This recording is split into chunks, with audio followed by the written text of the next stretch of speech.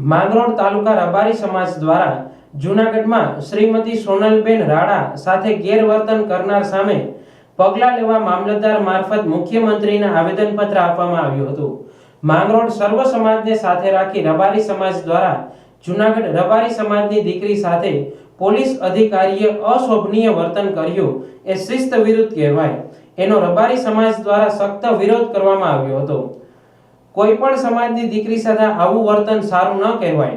આ બાબતને ગંભીર કહેવાય, જે માટે રબારી સમાજ દ્વારા વિરોધ ઉઠાવવામાં આવ્યો છે। માંગરોળ મામલતદારને રબારી સમાજના યુવાનો આગેવાનો દ્વારા અન્ય સમાજના આગેવાનો સાથે મામલતદાર કચેરીએ પહોંચી આવેદનપત્ર આપી વિરોધ વ્યક્ત કરવામાં આવ્યો હતો।